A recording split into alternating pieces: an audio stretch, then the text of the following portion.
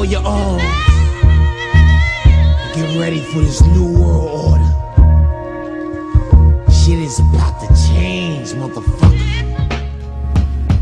So, the occult symbol of the all-seeing eye, which is a symbol that represents Lucifer's desires to counterfeit or to be like the Most High, is commonly employed to symbolize the Luciferian plot to establish a new world order, over which Lucifer will be directly or indirectly acknowledged as the great king of the earth. However, this is Satan's ultimate goal.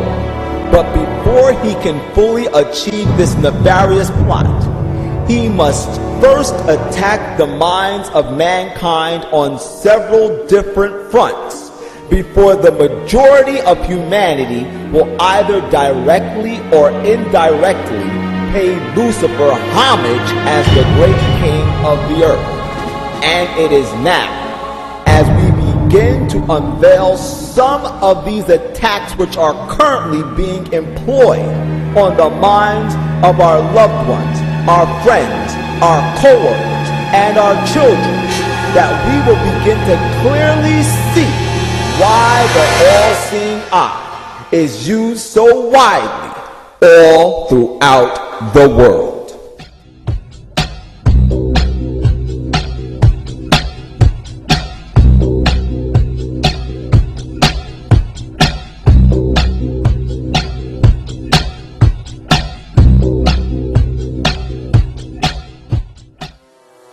By owning the vast majority of what we hear and see on a daily basis, we have been manipulated on a mass scale as to regards to what we believe and desire, both socially and politically.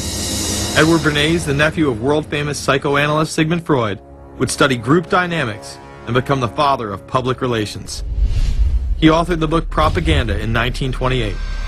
In it, he described how to intelligently and consciously manipulate the habits and opinions of the masses within a democratic society.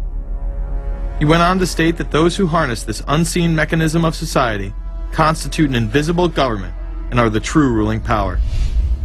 It is they who pull the wires which control the public mind, who harness old social forces and contrive new ways to bind and guide the world.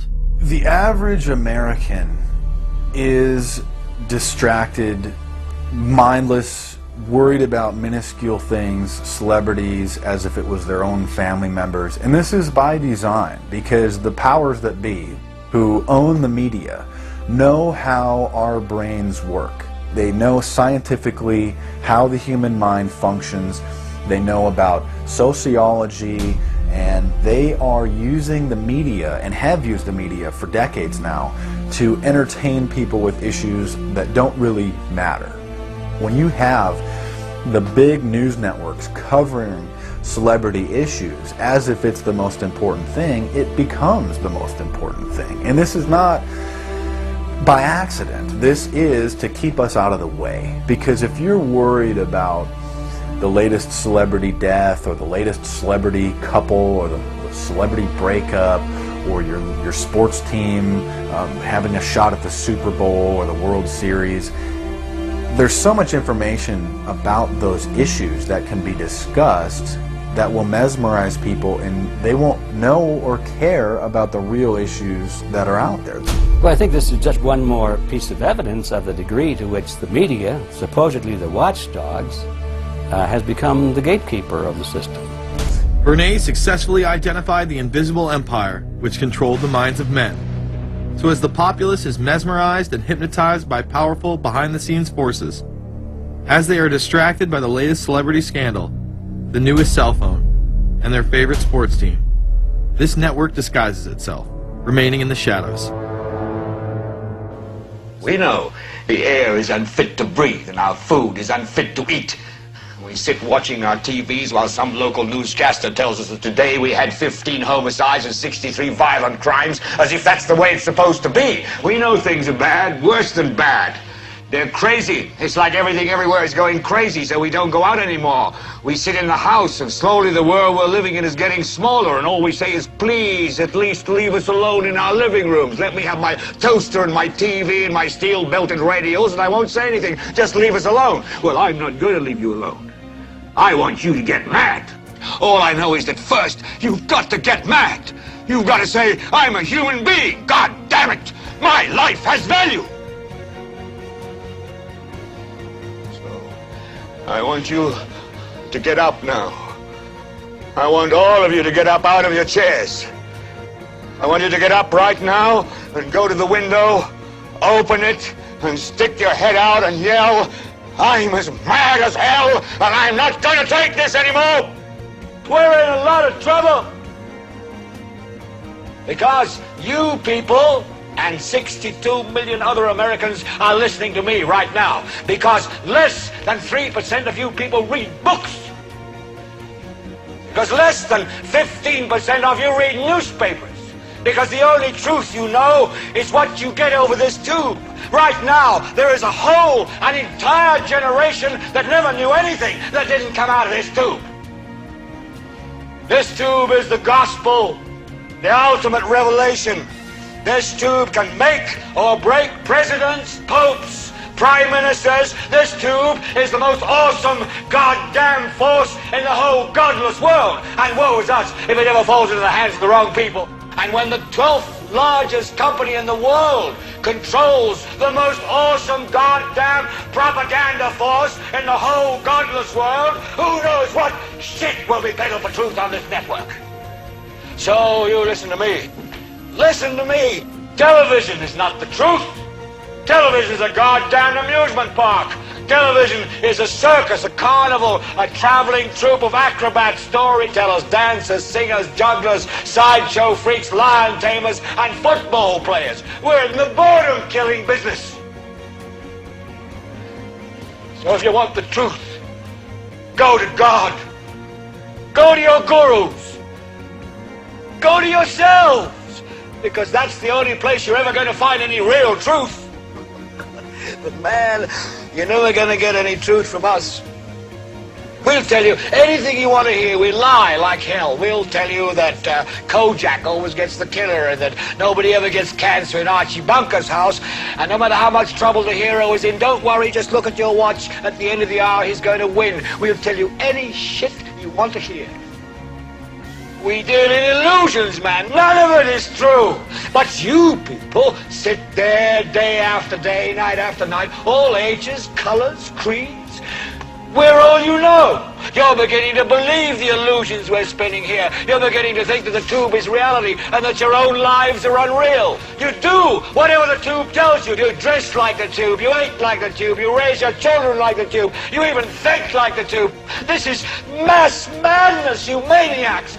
In God's name, you people are the real thing. We are the illusion. So turn off your television sets. Turn them off now. Turn them off right now. Turn them off and leave them off. Turn them off right in the middle of the sentence I'm speaking to you now. Turn them off.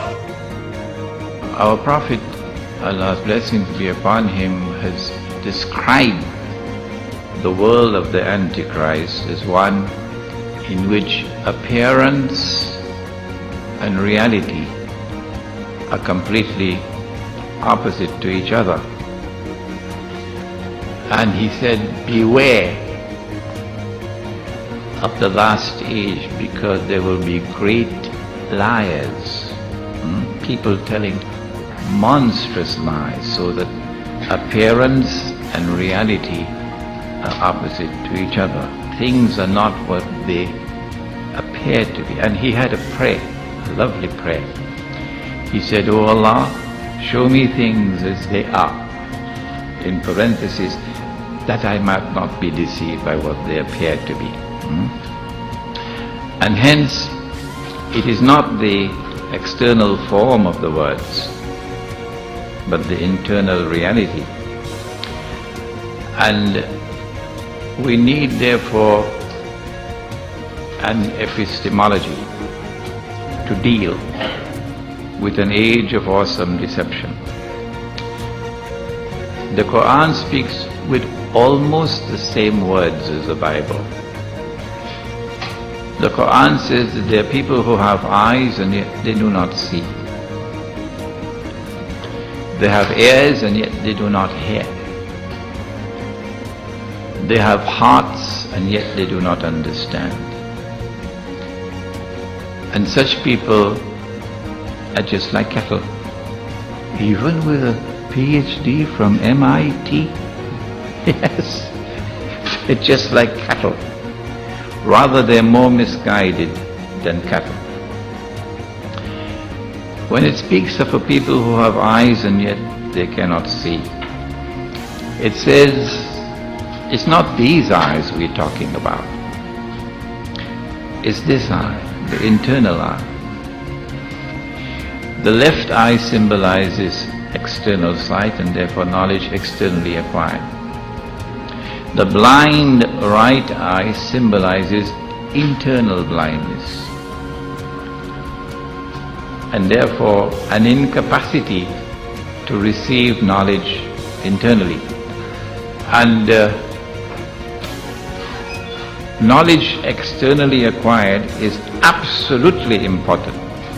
A keen observation and an effort to understand with the external eye events unfolding in politics and economics is absolutely important.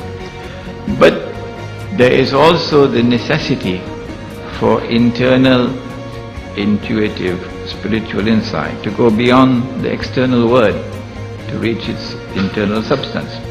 That you cannot understand the world today unless and until you recognize that appearance and reality on all things connected with the Antichrist are opposite to each other. And unless and until you see with the internal eye in addition to the external sight, you will be deceived and misguided. You will not be able to understand and interpret the world today. Let me tell you why you're here. You're here because you know something. What you know you can't explain, but you feel it. You felt it your entire life, that there's something wrong with the world. You don't know what it is, but it's there, like a splinter in your mind, driving you mad. It is this feeling that has brought you to me. Do you know what I'm talking about? The Matrix. Do you want to know what it is? The Matrix is everywhere. It is all around us. Even now, in this very room. You can see it when you look out your window or when you turn on your television. You can feel it when you go to work, when you go to church, when you pay your taxes. It is the world that has been pulled over your eyes to blind you from the truth. What truth? That you are a slave, Neo. Like everyone else, you were born into bondage, born into a prison that you cannot smell or taste or touch. A prison for your mind.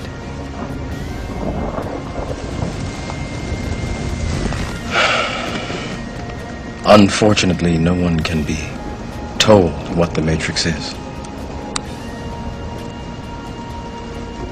You have to see it for yourself.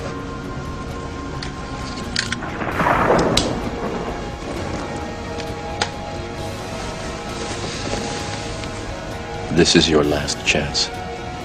After this, there is no turning back. You take the blue pill, the story ends. You wake up in your bed and believe whatever you want to believe. You take the red pill, you stay in Wonderland, and I show you how deep the rabbit hole goes.